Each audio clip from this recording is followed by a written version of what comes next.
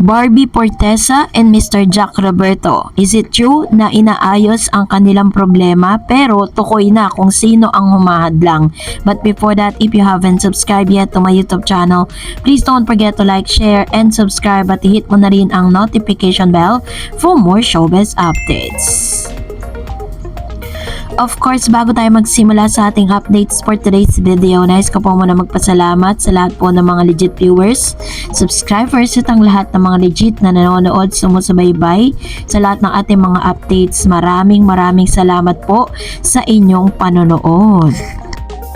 Pagkatapos nga ng hiwalayan ni Jack Roberto and Miss Barbie Portesa ay hanggang sa ngayon pinag-uusapan pa rin kung ano na nga ba ang nagiging development sa kanila pong pagsasama ngayon. Kung totoo nga ba na hindi pa rin po tumitigil si Mr. Jack Roberto para po parang sinusuyo niya pong muli itong si Miss Barbie, kasi pagkatapos ng 7 taon ay nag-end na nga, tinapos na ni Barbie Portesa ang kanilang pagsasama or pagiging couple, and hanggang sa ngayon ay wala pa silang nilalabas na statement kung ano nga ba ang tunay na dahilan ng kanilang hiwalayan. Although marami pong mga spekulasyon patungkol sa pagkakaroon nga ng third party, pero eto na, no, panoorin natin ang statement ni Mr.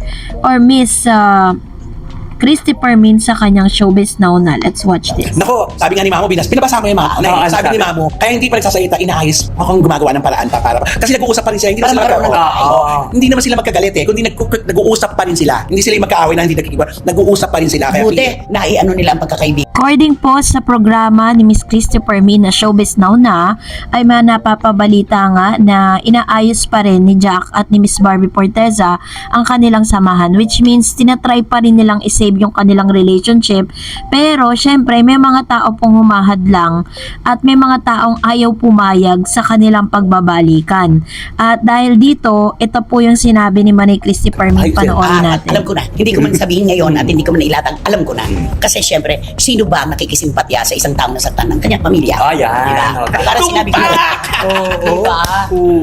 Sinabi nito na isa daw sa di umano'y nagiging hadlang ng kanilang balikan ay ang pamilya at ang ina mismo, no, ng mga magulang ni Miss Barbie Portesa. Tama naman po yung sinabi ni Manay Christopher Min sa kanya pong Showbiz Now na syempre ang number 1 pong makikisimpatya sa nararamdaman ng kanyang anak ay walang iba kundi ang kanyang mga magulang. So matatandaan po natin na nag-post ito pong ang ina ni Miss Barbie Portesa ng isang cryptic post na tila baga sobrang proud siya kay Miss Barbie Portesa dahil nagawa niya, no, na nagtiis ng napakahabang panahon at nagawa niya po na lumabas dun sa relasyon na alam niya na sobrang nasasaktan na yung kanyang anak.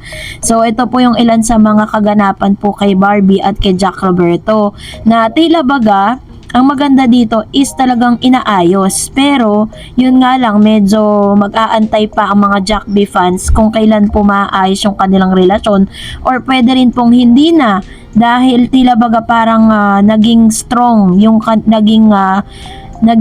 yung pinaka-desisyon nitong si Miss Barbie Portesa patungkol po sa kanilang hiwalayan ni Jack Roberto. At kamakailan lang ay namataan nga si Mr. Jack Roberto na kasama po si Bini Aya. No, if you remember, kung kilala niyo po yung girl group na sikat ngayon, yung Bini. No, kasama niya yung isa sa mga miyembro doon na si Bini Aya, na pumunta sila sa isang dagat, no? At kasama nga ito ni Jack. Siya nga ba talagang tinutukoy na third party? Alamin natin yan sa susunod na updates.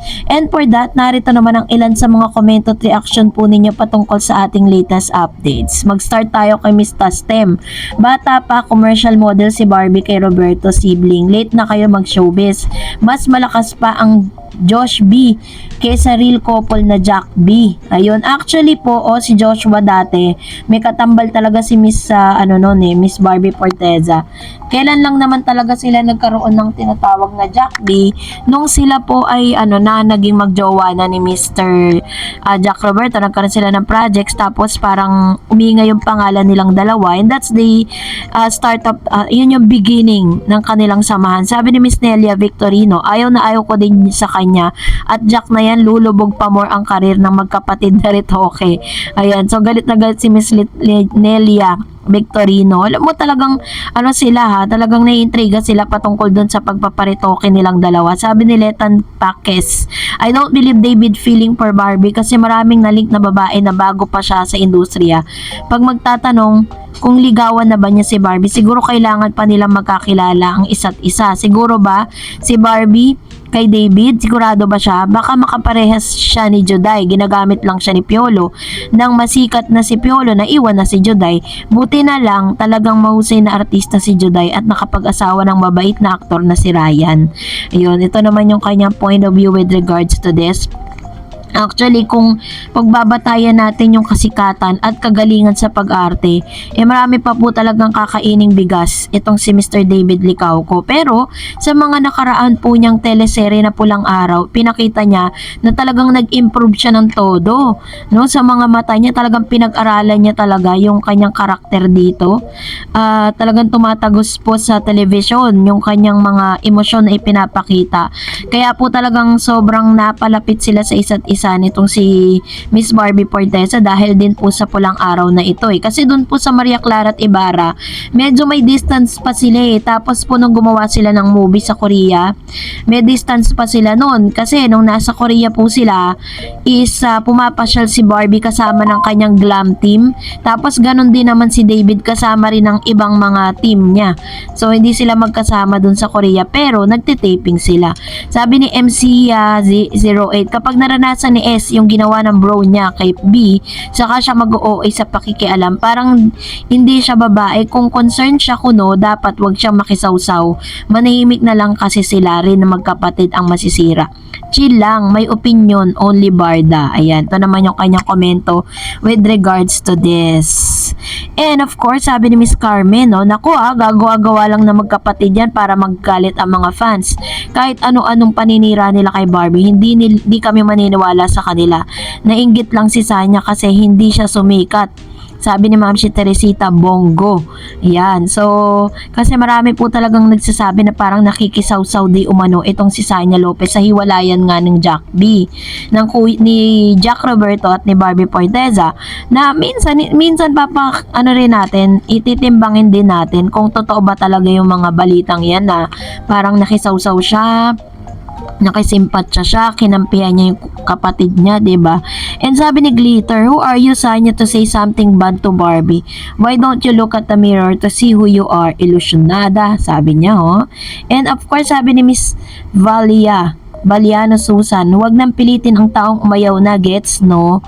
And of course, sabi ni Miss Alma Cavaliero, Barda love team forever, hope and pray for more blessing and happiness on this 2025 and beyond for the two of you. And sabi ni Sundis Lentendes, Barda, ayan, so ito naman yung kanilang mga wish and prayer for Barda love team, no, na mas marami pang mga projects and blessing na mas dumating pa this year 2025. And sabi ni Miss Marilyn, bakit di pa naman sila mag-asawa, malaya si Barbie pumili kung sinong mamahalin niya, which is true. Totoo naman, wala naman pwedeng pumigil kung sino yung gusto nagugustuhan ni Barbie. Kasi, well, in fact, choice niya naman po talaga yan, 'di ba? At di natin pwedeng pigilan kung ano talaga yung gusto niya.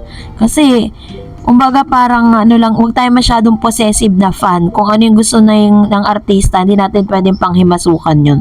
So that's it for today. For more videos and updates, please don't forget to like, share, and subscribe at i-hit mo na rin ang bell for more updates. And of course, don't forget to follow and visit my Facebook page, DarEdsTV. God bless everyone!